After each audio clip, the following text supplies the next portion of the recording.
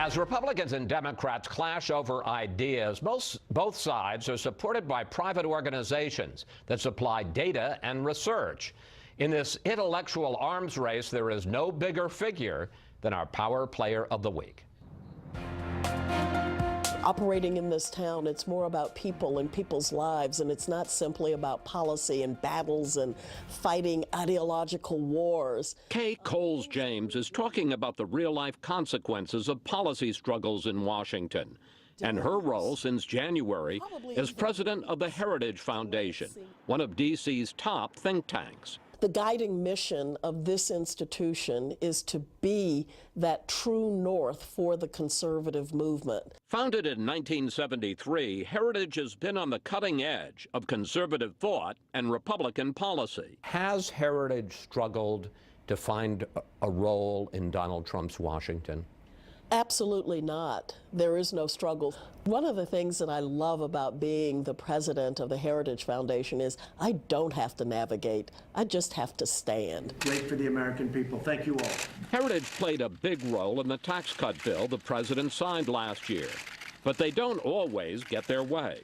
President Trump has been embracing tariffs. That's hardly a conservative idea. I would agree. James grew up in public housing in Southern Virginia. Her mom was on welfare. My definition of a conservative is someone who has the audacity to believe what their grandmother taught them. Such as? Not relying on government or anyone else, by the way, to clear the path for you. She was in junior high in the early 60s when she was chosen to help integrate her school. We had to walk past dogs and angry parents and shouting people, and it was a very traumatic period, and I've been a fighter all my life. James served in Republican administrations from Reagan to Bush father and son.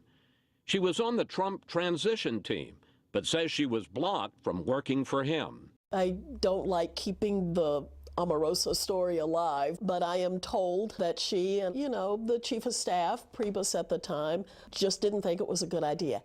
But James has done just fine, running a think tank with almost 300 staffers and a budget of $70 million. Everybody excited about Besides policy, she says her role now is to grow the conservative movement.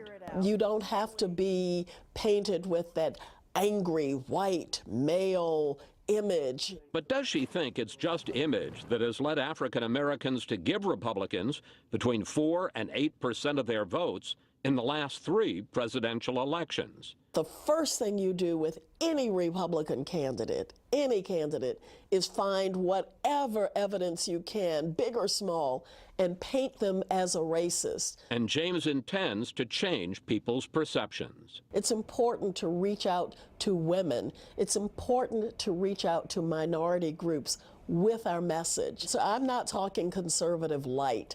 I'm talking about true north conservative values that all of us can relate to.